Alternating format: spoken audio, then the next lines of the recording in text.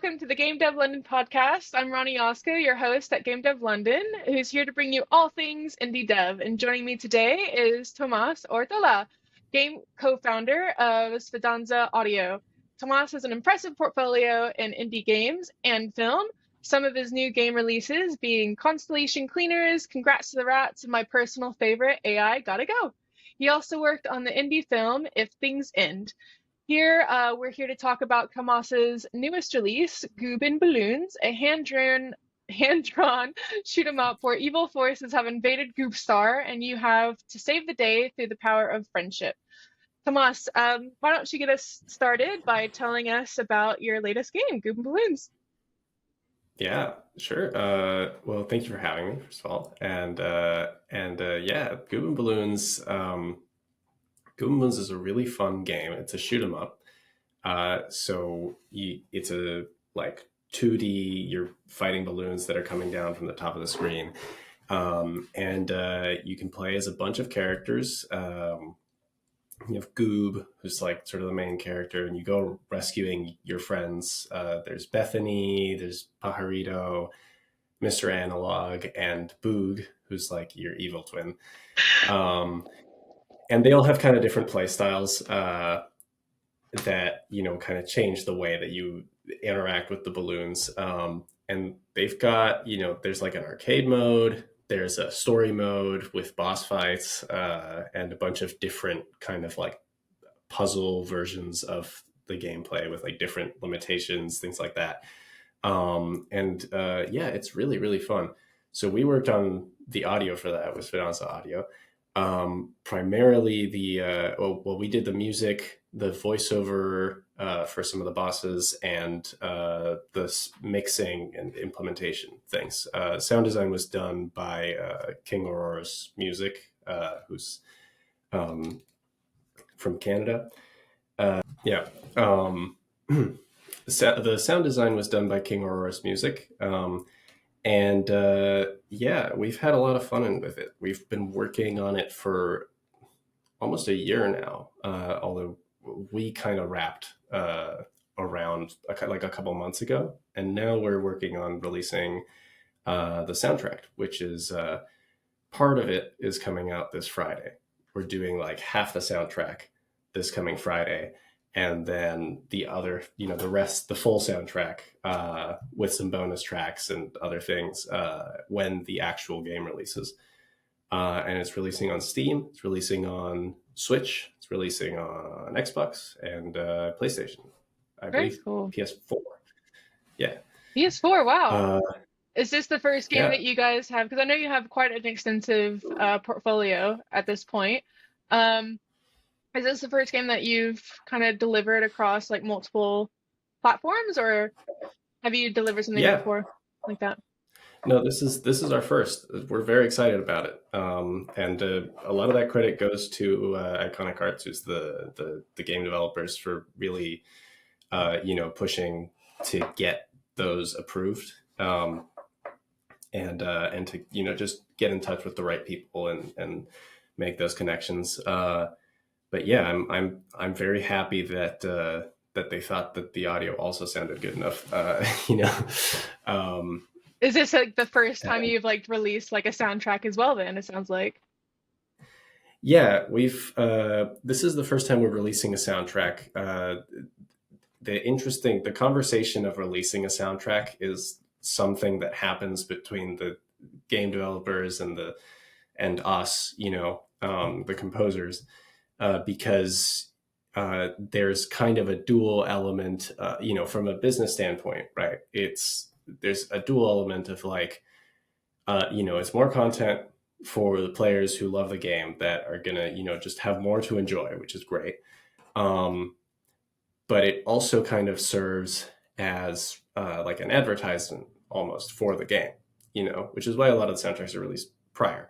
In a lot of previous games, their kind of advertising scope has been pretty small, or the score itself has been short, it's like a couple tracks. And so it just didn't quite make sense. But for this one, we have a score that's like, I think close to an hour of music.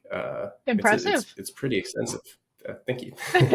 and and so, we thought it was a good idea. And the music also happens to be a very characteristic part of the game. It's very, like in all the arcade levels, you have the music kind of layering in as you reach higher point values. So you feel rewarded the further along you go, and you get to actually hear the music only after you've reached a certain, in its full, I should say, only after you've reached a certain number of points, and everything and all of the music is kind of reacting to what you're doing in some way.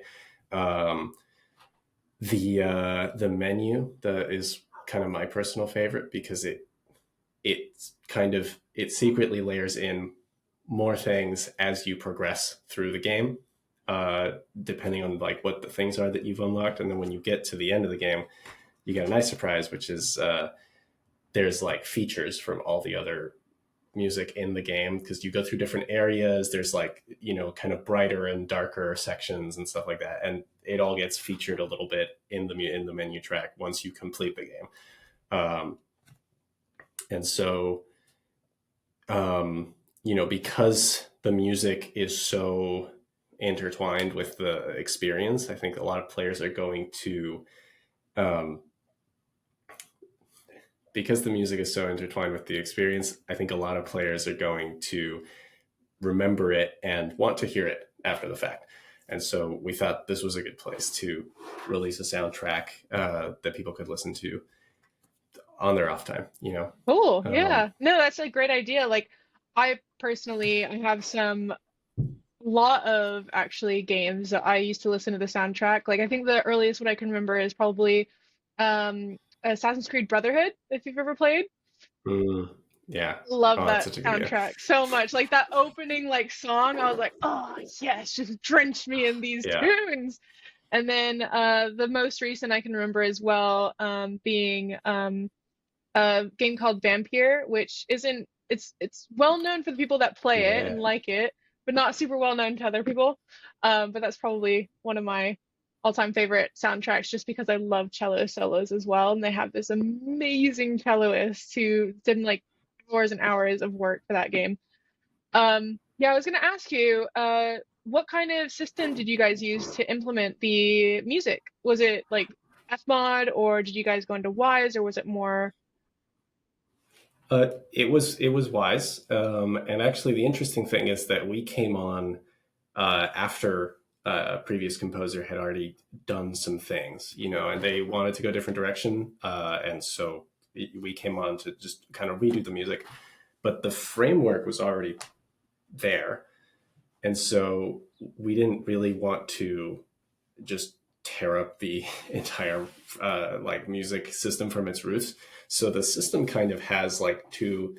I don't know. I think of it like, in a lot of European cities, you have the old like ruins of previous, like Roman ruins, or just previous versions of that civilization, or in the same spot. Yeah, yeah, yeah. And so, you have like we have kind of a setup that is a little strange because of that. And I suppose it might be a little too complicated to go into like all of the nitty gritty Be a of different that podcast without entirely. seeing it. Yeah, it was entirely. But yeah, like to give an example, like our entire score is like one play event and then game states for the entire game, which works, but it's not generally the way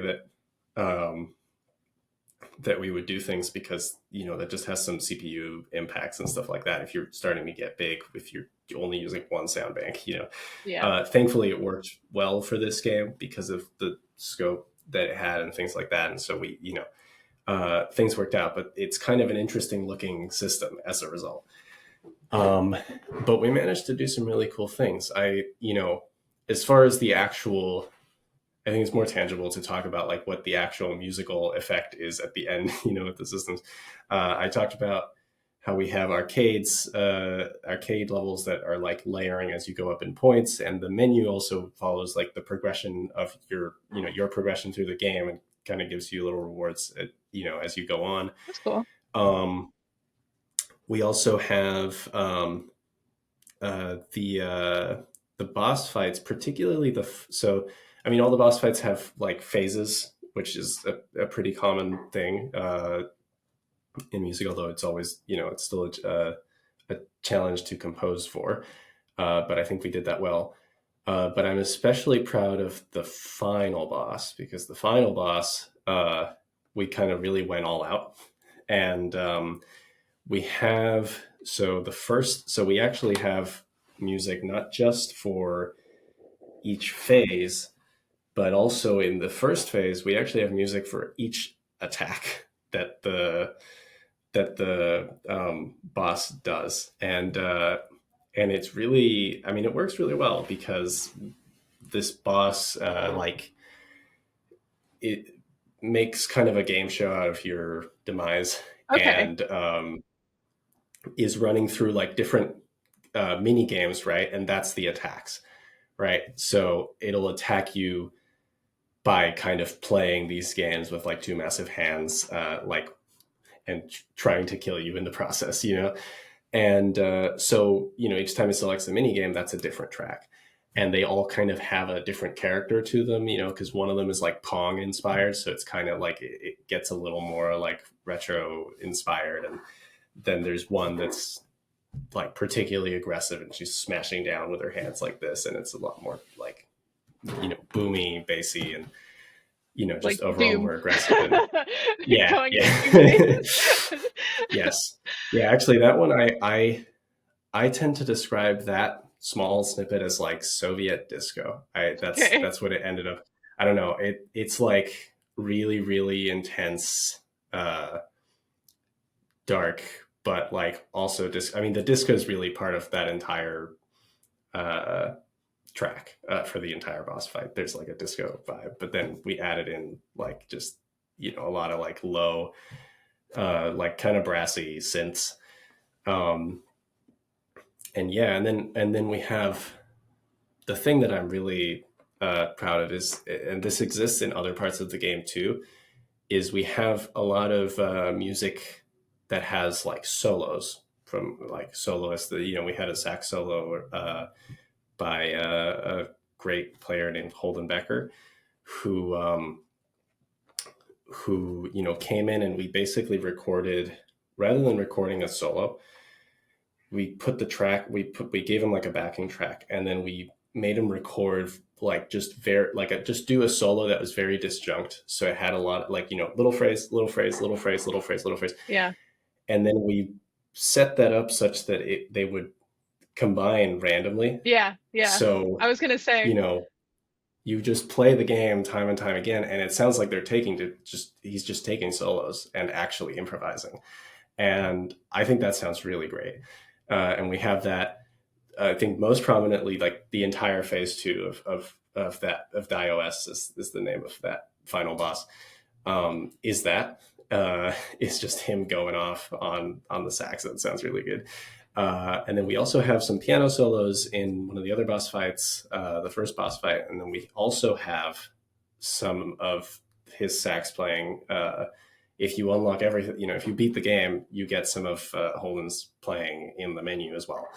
That's And it's a very cool. similar thing. That is very cool. So I like how you added yeah. like elements of like the game's music into and like progression into the game's menu. I thought that was really cool whenever you said that. I don't know if any other game has really like done that enough to like get me to notice that, for instance. So Yeah. yeah. Yeah, I mean it's nice. I don't know. I think it like the key with game, I could do all sorts of crazy like game systems all day and have so much fun with it, just because I nerd we you know and I we would nerd out Yeah. about this a lot, being audio people. Um but uh but I think the thing you have to think about is, what's the impact on the player, right? And like, why is this necessary? So, for the for the menu, really, that part of the reason I'm proud of it is because I think it's not really the most complicated thing we did. The most complicated thing we did by far was DIOS, because there's just so much going on. Yeah. but I think that the most rewarding thing for players is going to be playing through the game, and then the next time you boot it up, because maybe you don't even go back to the menu to quit, but then the next time you boot things up, it's like, oh, it's more now, Yeah. and at the start it's kind of purposely a little like minimal, like it's just a little hi-hat, and the main melody, but it's just a very, very basic thing that's actually inspired off of like I almost to the letter for the very first layer of the very first thing you hear in the game, copied like the track that the developers sent me when we first started writing the game, because they actually wrote the main theme to the game. They wanted it in there because they had done this game as like a game jam a while back. Okay. And so they wrote that, and it was just a little like, it was just the melody and a little like drum machine, that was just doing a simple kind of beat. And I kind of took that and, just dressed it up a little bit, but that's basically the first thing you hear, right? And then it just flourishes afterwards, into this whole soundtrack that's, it kind of, you can almost see the internal progression of like the game itself and the development process through that as well. So it's kind of, it's nice. It's a nice, it's a nice element to include there, I think. Yeah, a little Easter egg that I think people will discover as they're playing it. That's really Yeah, cool. yeah. Yeah.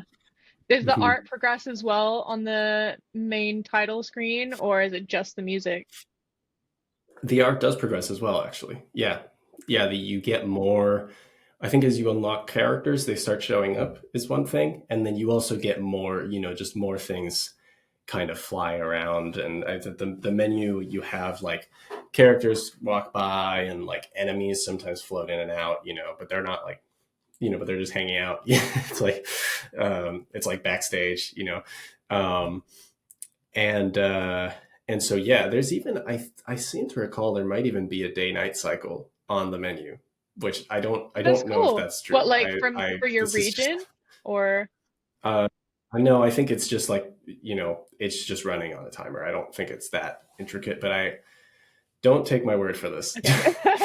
Maybe even do not include it in the edit. We'll include it. But Just sometimes I've listeners, don't take his word for it. don't take my word for it. Just sometimes I've popped up the game and it's nighttime, and sometimes I popped up the game and it's daytime. And Okay. so, I've never really asked about that, but I feel like maybe, Okay. um, A little yeah, Easter egg for even the development team, I guess. yes, yeah, yeah. Cool. I wanted to circle back because you said that composing for the main boss is particularly challenging, or main bosses. Can I ask why? Yeah, I mean, well, because designing all the systems is really cool, but then actually making it sound musical afterwards outside of that is like, it's its own challenge, right? So for the boss fight, I had to make like a 2 bar thing that wouldn't sound repetitive if you spent a long time on it, but it's still tiny because we want to immediately be able to jump off into the next attack. Yeah. But you also have to be able to hang out on this 2 bar thing for like a minute if if need be. And so that's a composing challenge on its own, and then making all of the different things sound characteristic to that particular attack. You have to really give the attack a bit more character beyond just the literal thing that the DiOS is doing. So for um like there's an attack where you get zapped with like electricity, and I ended up doing like the boss's main theme with like a flying electric guitar solo that like Sick. comes, just like super, because like that just felt kind of like like the drama of that was appropriate for that moment. but it's you have to really what's the word, bring out kind of more story than perhaps there is on the surface, right? um and then the second phase with the saxophone solo had to, the saxophone solo on its own is great, um but we had to combine that with also, um we wanted to give players some like audio feedback because the screen flips. You go from upside down to right side up. Continue. Oh, Like wow. it's a very involved boss You know, fight. I Um, just want to say that whenever I looked at this game originally, I was just like, oh, it's cool. It's an indie game. No, there is clearly a lot more to there's so it much. than I thought There it is was. so much in this game. Yeah, That's there is awesome. so much. And yeah, so the screen is flipping, right? And you're getting, because the floor, like your boss fight is like smacking the floor, and then it flips Oh, upside down, wow. and then you're Okay. shooting them from the upside down, and it's crazy. And so we wanted to do the screen flip, but the screen flip is not in time with the sax solo. Right. So I had to compose something that could, was a kind of like harmonically pretty sparse, so that we could just throw, so that most of the takes that we did with the sax could just work under any circumstance, right? Um, and then also something that if we switched to the other version, would still work the same way with so you're composing in like, 3 dimensions now instead of just linearly, which Yeah. is the fun of game composing in the end. Um, and and so that was, what I ended up doing is just splitting up is just thinking of it like high and low frequencies a little bit. And I didn't literally high pass and low pass the thing, but I did a very, like, for the when you're flipped up above, it's like a very kind of like, um what's the word to describe? It's like a very airy, tinny kind of synth thing. And then Right. when you're down below, it's like a very meaty, That bassy, is like so donch, donch, cool. So donch, it donch, flips you around know? in the frequencies to be more of the higher and then the lower. Yeah, That's really cool. It's yeah, really unique. mhm, Yeah. What made yeah. you guys think of that? Because like that's really cool. Well, that's, I mean, we kind of in like, I think that I kind of prefer composing this way, frankly, because but this was a track where the game design came before and the system, music system design, which I kind of consider to be also part of game design, came before the music being written, right? And I think for games, that's a really good approach to have, because ultimately you want to be supporting the game design with the music, Yeah. right? So they had all these features. They had this like mini game thing that has these different attacks, and they wanted it to be really kind of characteristic moments. And so we were like, okay, based off of that, why don't we make special music for each thing? And then the problem wasn't how do I score this? It's how do I make 4 sections for the different attacks that will all sound good with this like little interim section, and it's a different compositional challenge. Like it's much more technical, right? But the kind of to use like a film term, the spotting was already done prior.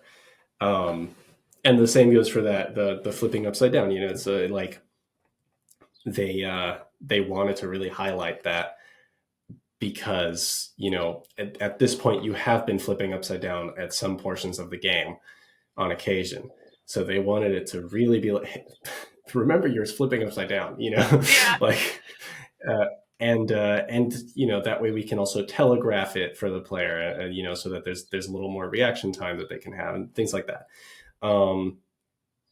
And then same goes for the final section, so the first 2 sections of the boss fight are really dark. And this is actually something that happens in every boss fight. Is we talked early on about, the typical boss fight progression is, you know you have like at the beginning it's like tin, tin, tin, tin, tin, tin, tin, tin, tin, tin, tin, tin. And then you get to phase 2 and it's like, oh no, tin, tin, tin, tin, Yeah. tin, tin, tin, tin, tin, tin, Yeah. tin, tin. Yeah. And then you get to phase 3 and it's like, oh my god, now it's really really bad. Yeah. Like yeah, like it's much more intense. And then but the game developers actually had this idea where they were like, the thing is, you're winning by phase 3. You're like, you're defeating this person. You've gotten them through most of their health pool, right? So really we want it to be, oh no, oh no, oh okay, maybe I'm doing something, and then really a victorious sound at the end. So it actually, generally they go dark, medium dark, and then really bright Yeah. and like hopeful. And so we have this like, really intense kind of like disco sound, but like evil disco, just like in there. And then in the last section we switch, and we actually got in a choir, um, and we did like sort of, it was inspired by the Sailor Moon theme, um, and it's kind of like, I think still like disco funk inspired, I think, but like with this kind of uh, beautiful like 4-part choir that is just singing the uh, well, they're singing the melody of the bus, but now in a much brighter tone, as if Okay. it's been kind of like we've changed the situation, and and the lyrics they're singing are just Goob and balloons all over again, because Awesome. we thought that was fun. But yeah, so you get this like turn at the end, and that was also a game design choice, because we wanted it to be that when you get to the final bit, you're winning, you know, Yeah. and you're like, oh, we're almost there, Yeah. like, um, and that happens in all the boss fights, that we had that in there, That's really cool. um, so yeah, yeah, I'm very proud of those. Yeah. When you're composing for these different themes and different bosses, it sounds like you use different elements, like instruments, sorry.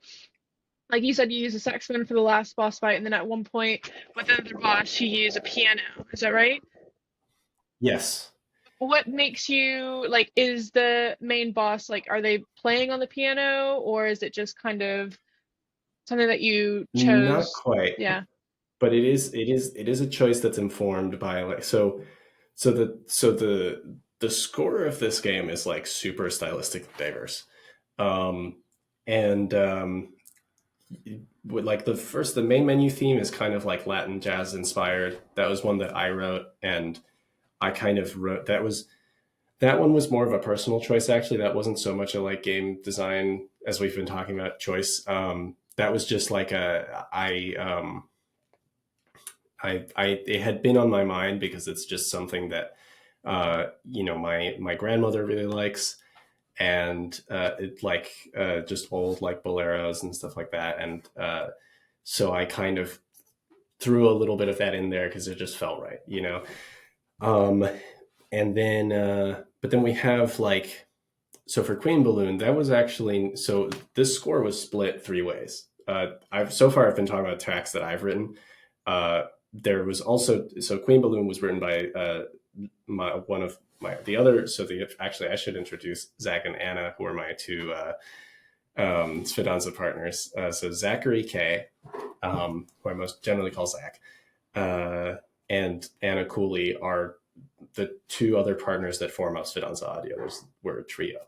And for this game, we originally came on, and the premise was, eventually they actually decided they wanted to like go a little further in scope and just extend their timeline. But when we actually came into the project, they were like, we have like 2 months left, and we need to write the entire score. So we split the score amongst the three of us Yeah. to cover the ground. Um, and each one of us took a boss fight. So I was Dio S. Anna was the Maw, which is like a big kind of jaws fish thing. It's actually a big koi fish, but a very scary koi fish. Um, and and then Zach did Queen Balloon, In Queen Balloon, they actually wanted it to be kind of Cuphead inspired. I was And gonna ask so because it's it yeah, has a lot of elements. I was like, oh, Cuphead sounds like that. Yeah. Sorry. yeah. And it's like, so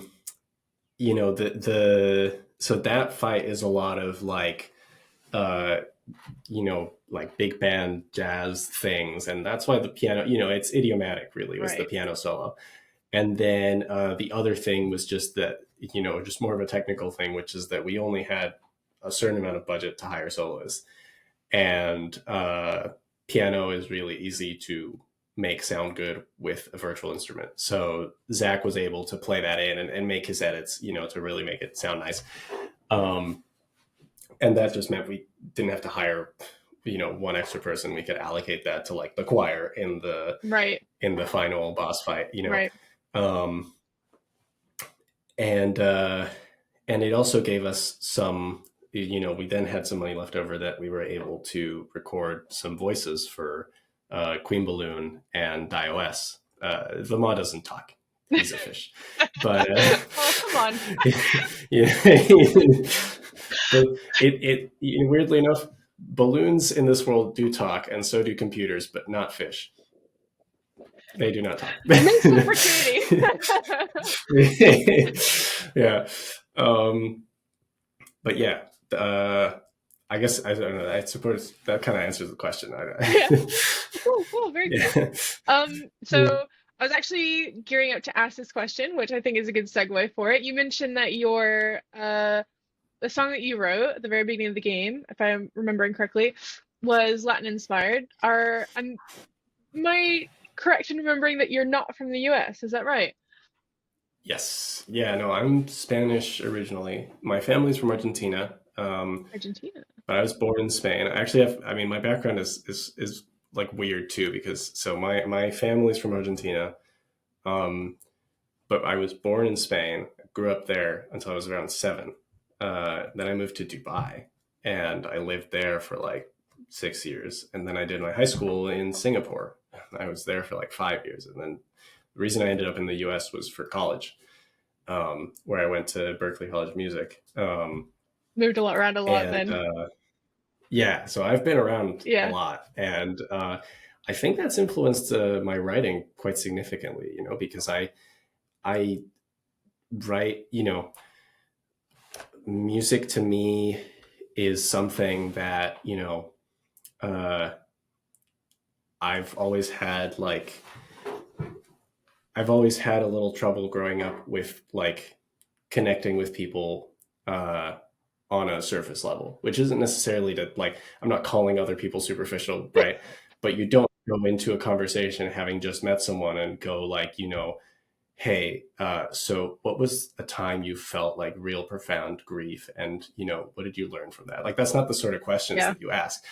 And yet for me, I just, I really value that sort of conversation, and that's something that's really something that I think I connect with people on a really deep level with that. And so music for me, when I kind of discovered it, was something where there's a place where suddenly if you're on a stage, you can ask all those questions and nobody's going to look at you weird, and they can be complete strangers, you know, and you can have a conversation on that level. And so for me, it's always been about like, I say touching hearts with people, um, as long as don't think about it too morbidly, but just You have to keep in on an putting emotional because sense. Yeah, and so in terms of writing music, it's become kind of a thing where like I tend to go towards things that are emotionally resonant to me. So that's why the Latin music in that track was just they were like, it has to feel like the main menu, and they're like, it has to feel relaxed and homey, but there wasn't really much beyond that, right? So I was just like, okay, well, what feels good?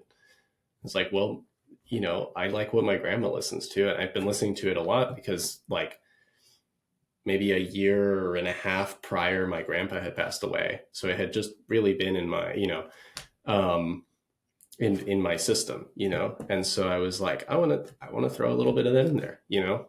And the weird thing is that I have a similar connection to some Middle Eastern music as well, because I grew up in Dubai, and I have a similar connection to some of the music in that was played in on the streets in Singapore. We had like uncles with uncles. We had older men with yeah, with like you know, like playing erhus on the side of the road, or like, you know, singing in a very different style than is sung like in the West, you know. And I resonate with that too, because it's Yeah. just a part of me, you Yeah. know. um I'm certainly, I go into those styles a little less because I'm not really an expert as much as they do, you know. They do touch my heart in the right way. But they are a part of me, and they do kind of come through a little bit, you know. Some, maybe if it's occasionally a scale or an instrument or a thing, you know. Um, and and I was going somewhere with that. I forgot where I was I was going, gonna say but that like it's I think you're right, because music is something that you can connect with people on a much deeper level. I understand what you mean by not being able to connect with people on like a surface level. Because like mhm. it's hard to, especially when you're an adult, it's really hard to walk up to someone and be like, "Hi, friend? Yes, we are friends Yeah, now," yeah, kind of thing. Versus like if you were to like join a new group and be like, "Hey, I'm into this music," and someone goes, "Oh, I'm into that music as well," and then you can connect then yeah. on a more personal level, because it really, music pulls at people's emotions a lot. And if you can find someone that has the same music taste as you, for some reason, you just instantly click, because it's just it's an emotional thing. And then from there, like oddly enough, it gets you like in like, okay, you're cool. You have good music taste. Like I trust Hmm, you a little hmm. bit. Let's share some personal things, and then you can develop something from there. I totally get that, because I used to use music all the Yeah, time when I was a kid, just like trying to like make friends and yeah. stuff like that. Like it's just like an easy way to get in with people and kind of know what kind of where their head's at. But yeah, I have connections with, because growing up in Texas, you have a lot of Latin American influences there with music, a lot of Mexican music that are like Mexican Texan combined kind of stuff. Hmm, And so yeah. yeah, whenever I listen to that kind of music, it kind of immediately brings me back to my childhood. Um, yeah, it's really cool. I think that music like that, when you're a composer, how it shapes your music is really important, because a lot of, I mean, as we know, a lot of media, where it comes to game and film, is kind of just whitewashed with everything. So I think it's really important to have that ability to bring your own kind of style to it and your own kind of culture to it, where it can be viewed by the masses in a different kind of light. Hmm, Yeah. hmm. Yeah, yeah. And I think that, you know, there's um uh say that again. No worries. So, yeah. Um, yeah, no, I completely agree. There was a moment for me where I mean, I think this kind of happens to like a lot of musicians, and I would say people in the arts too. It's like, I think it's the stepping stone almost, but it's when you kind of realize like that like the one of the big value points of your art is that it's you, and that you're not trying to sound like the thing that you're supposed to sound like, right? um and even after you like consciously realize that, there's still, you know, there's still a pull towards like, well, this, you know, uh this type of music uh is successful, so if I do this type of music, people will probably like it, you know, like, and you can say that about any, like, there's conventions in any genre, Yeah. right? The one that pulls at us the most, like at Svidanza, would be like, um, I mean, actually, games music is pretty diverse, so there's not as much pull from games, but there is a lot of pull from film, because there is a cinematic sound you know. um and that's kind of like the Hans Zimmer type sound, the Yeah.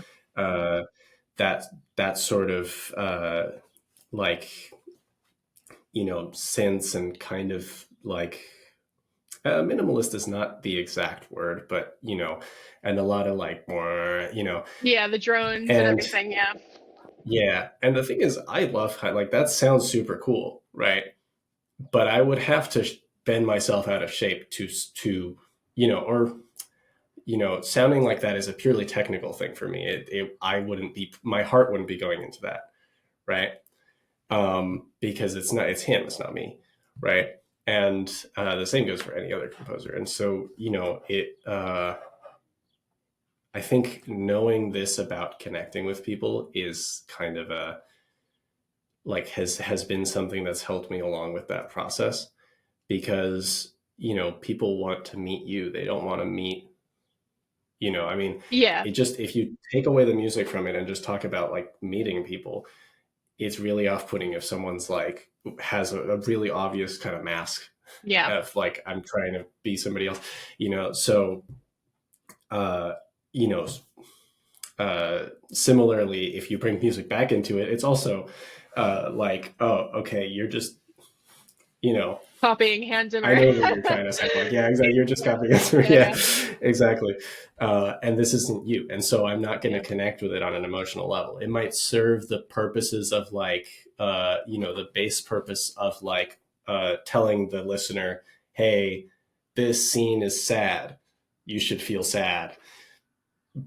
But they won't feel as sad because it's not like, hey, I'm sad when I watch this scene. Empathize with me. Yeah. Yeah. I think is a much more powerful,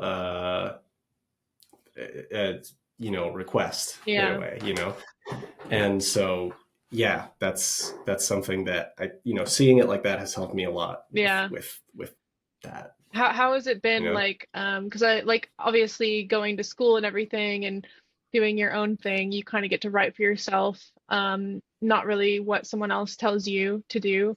How has it been the transition between, school years where you're doing that writing for yourself to going and writing for a specific game developer who already has an idea in their head on the game that they want to make, and especially for this one where they already basically had the score written out completely. Yeah. Uh, how is that? Has it been really challenging, or has that kind of helped you more bring like a different element, I guess, into your music?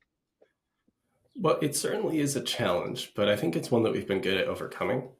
And I think that the fact that we kind of have like an audio house set up has helped, because I had experience composing, for people, but then I also had experience directing, like in both directions, right? And running sessions for both voice actors and musicians, for like both disciplines, right?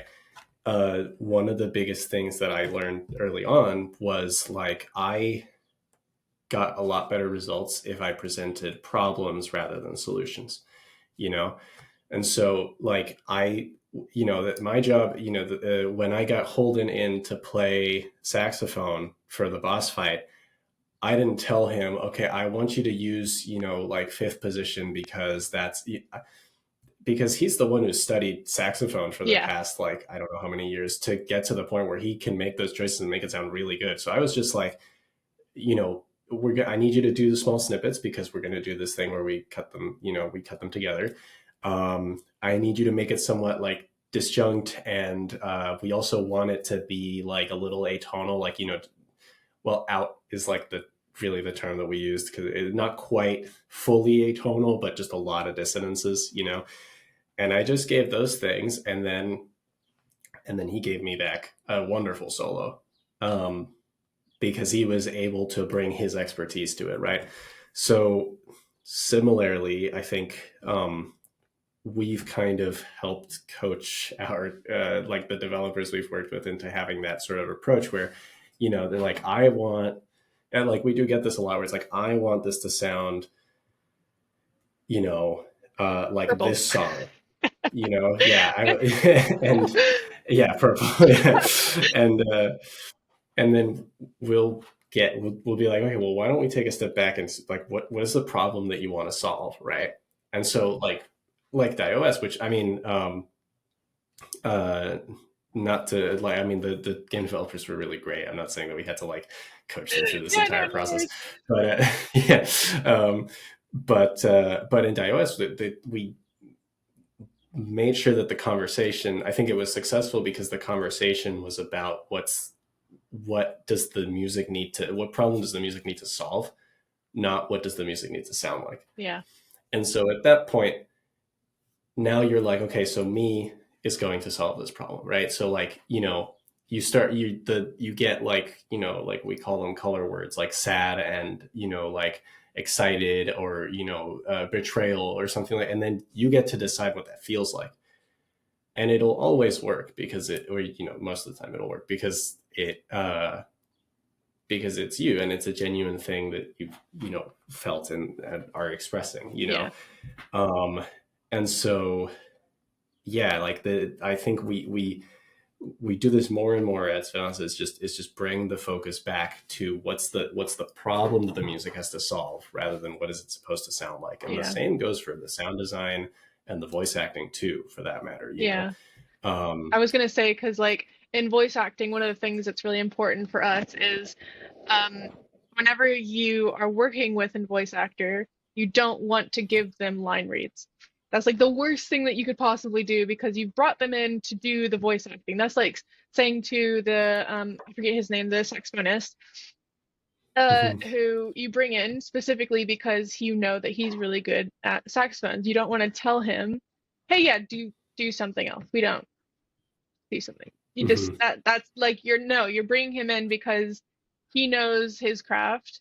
He's the expert in his craft, and Mhm. he needs to be the one to bring that to life versus you coming in and being like, I already know. I just need you to play this note. Like, no, Exactly. Yeah. that's Yeah. not what's gonna happen.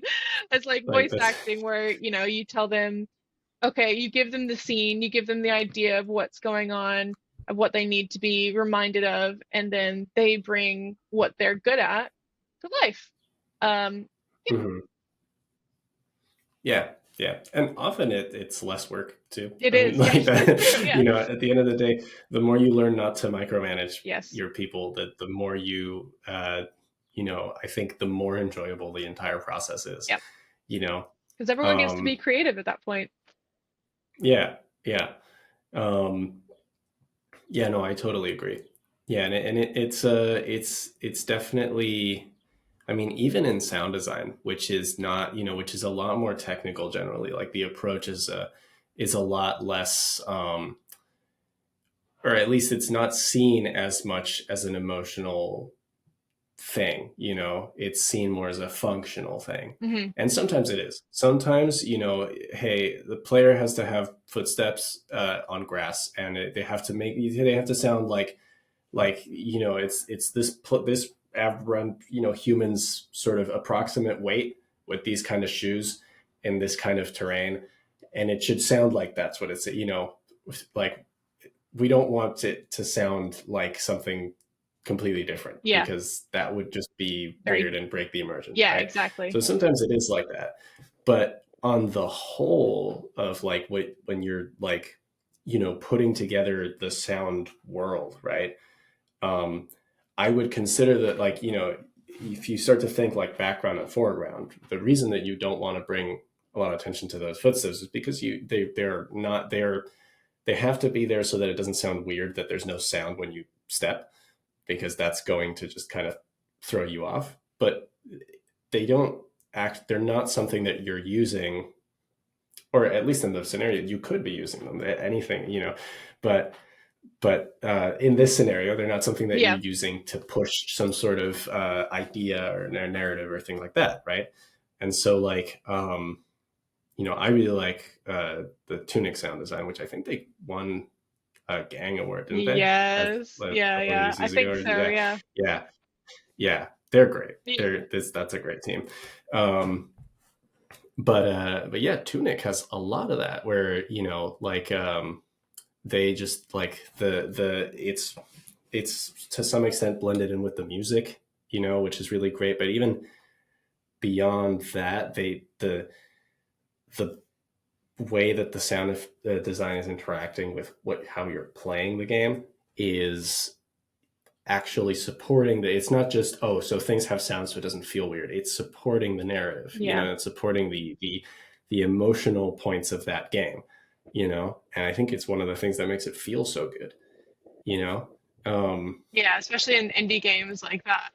I was gonna say, but yeah. jumping off of that, you mentioned earlier how, like, I think for this project you only had, what was it, 2 months to complete the audio for the game, is that right? Or Yeah, I mean, soundtrack we or something ended up like that? having more. Right, we right, we ended up having more. So like DIOS, part of the reason DIOS is so much bigger in scope than the rest of the music is because it was like the last one we did. And at that point, the developers were like, actually, we want to take a bunch of time to do play testing, and we're going to. That's when they decided to shoot for, all the console platforms. right, And they're like, that's going to take some time. So if we want to add a couple more features or things that now we can do it. And that final boss wasn't made yet. right. And so we really designed it to be, so it's kind Nice. of a step Right, up yeah. in terms of Look at what we complexity, can right? do when we have the Yeah, time and effort, the exactly. power. Yeah. Um, but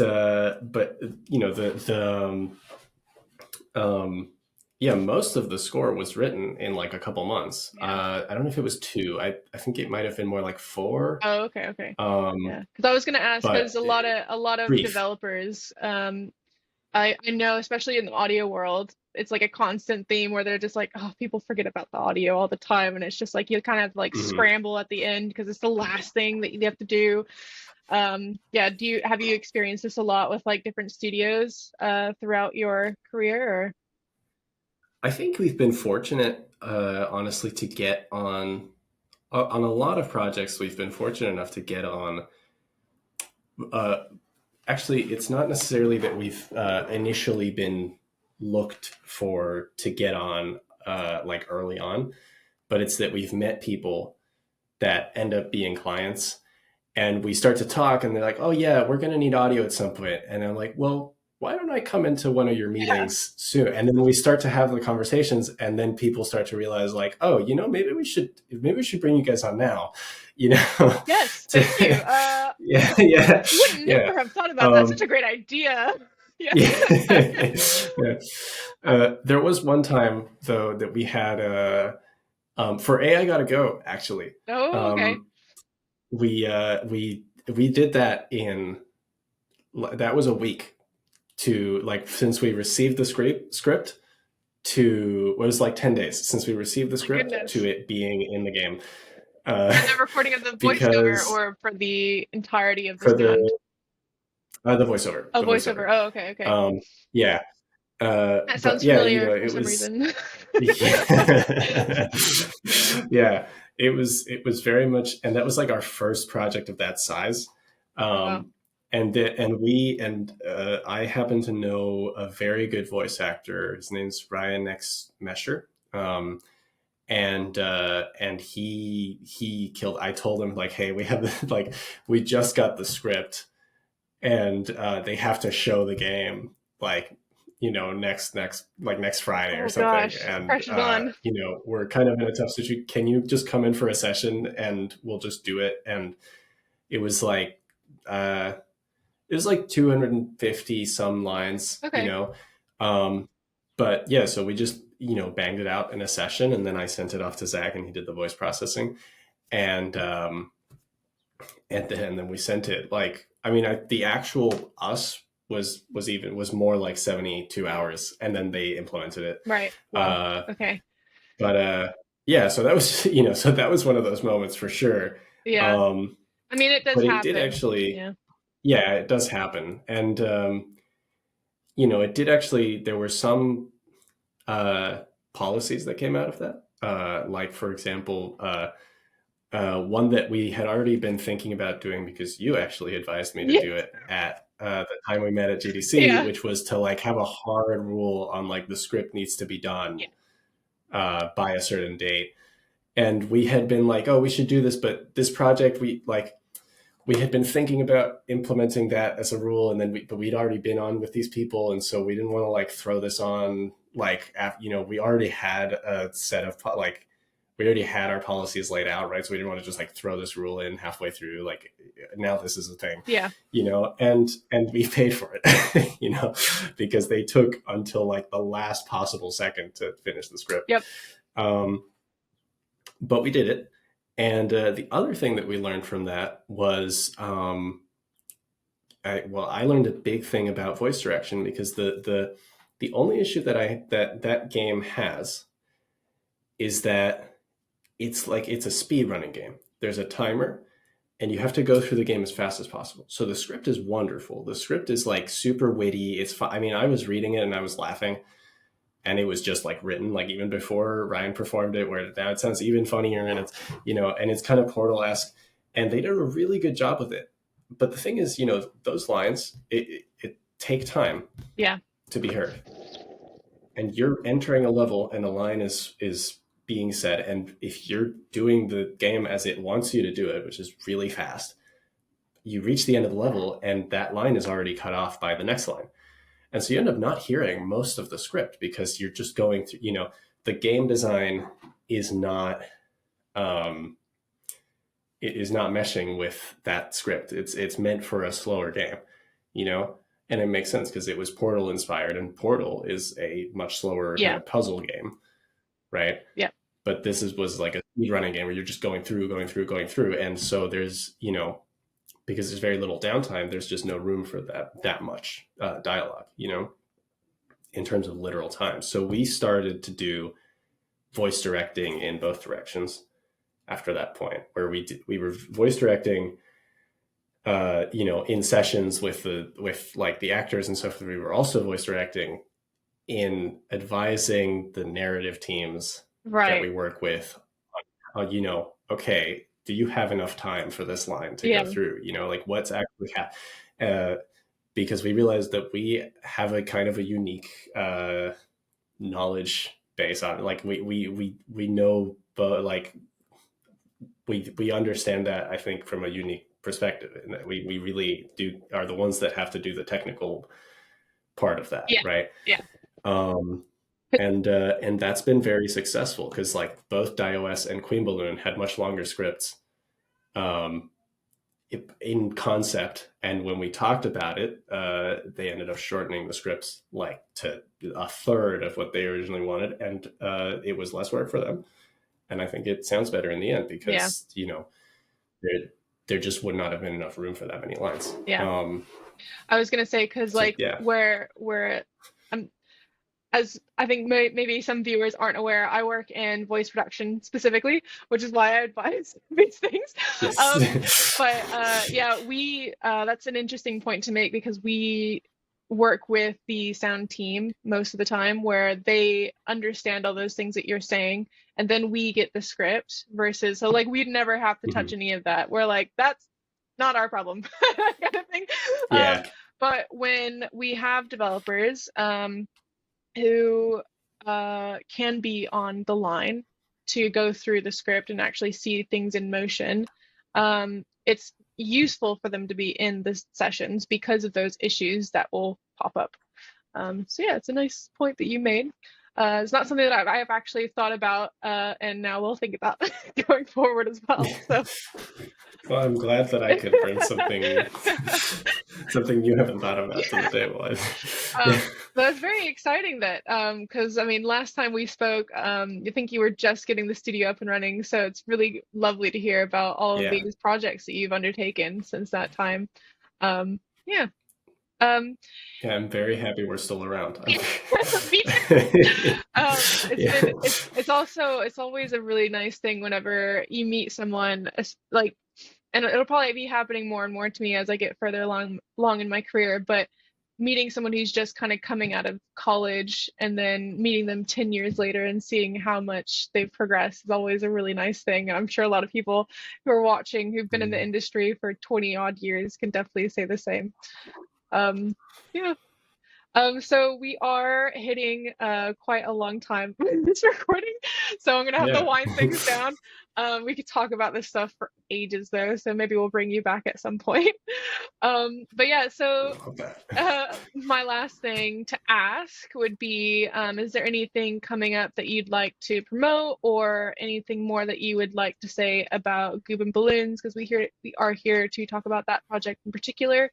Um, and yeah, where how do you see your career going from here until, I guess, 10 years from now, since we're on the topic of change and Ooh, progression and all okay. that stuff? Yeah.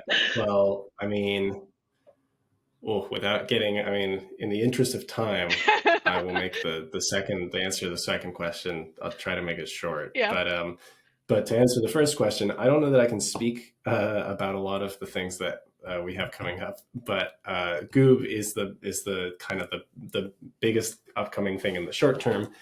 And I think I mentioned already that we're releasing a soundtrack on Friday. It's like half soundtrack, and the rest will come out with the game. But you get to hear, some of our stuff, and I think it's really good. So I'm very excited for that. And then the game is supposed to be coming out sometime this summer, if I remember correctly. So everyone be on purchased the it. lookout for that. There's no official.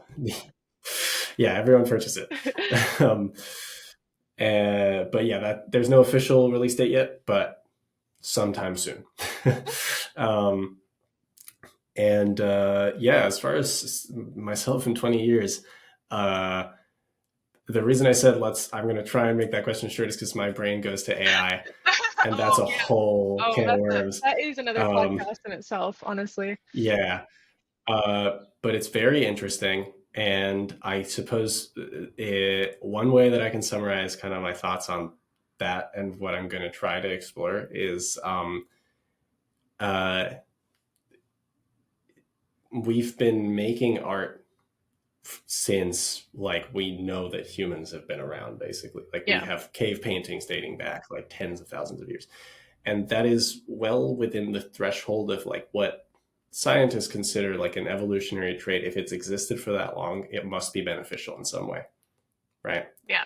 So art must be beneficial in some way. We don't actually know what that is. It's not like, I don't know, we made fire, now we can cook things. This Yeah. makes our food, like our pre-processing our food makes us get more nutrients out of it, like that. It's pretty, like, we can figure out what some of the bonuses are, but we really have no idea for art Yeah. You can what the theorize. purpose of it. Yeah. You can theorize, but yeah, it's not clear. And I think, AI, I think is going to be one of those, it's going to force us to ask the question.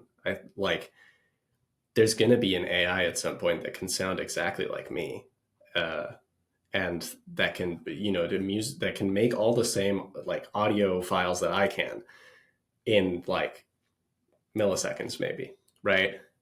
And so it's going to force us kind of to like reevaluate, where is the value of art? And like we had the whole conversation of connection, Yeah. and you know that's sort of where my brain goes to answer that question. But I think that with music, for example, it's going to force us to become more personal about Yeah. it, Which because is, ultimately the value isn't blips and blops. it's yeah, yeah, it's it's the connection with the person, yeah. right? Which is um also good, and to say and so that, yeah. like you bring your own kind of culture into the mix of it as well. You've really personalized Yeah. it then at that point. Yeah, so in the next couple of years I'm looking to explore that, and see how, um especially in a company that is more kind of business to business, right, than business to consumer, how we can turn that into something that is more personal and more, a conversation between humans, um, because AI is probably going to stay. That Yeah. that's Yeah. that's probably, so yeah, that's the short answer. uh, to that question. Awesome. Well, I think you did fabulously at Yeah. keeping that short because I think that it is a big question to answer for sure. Well, yeah, so I think that's where we'll end it. Thank you so much, Tomas, for taking the time out of your day to share all of the knowledge that you have with our viewers. This has been a Game Dev London audio podcast, and I hope you enjoyed the discussion. Let me know what you guys think in our Discord channel and or any other social media channels of your choice. See you next time. Bye.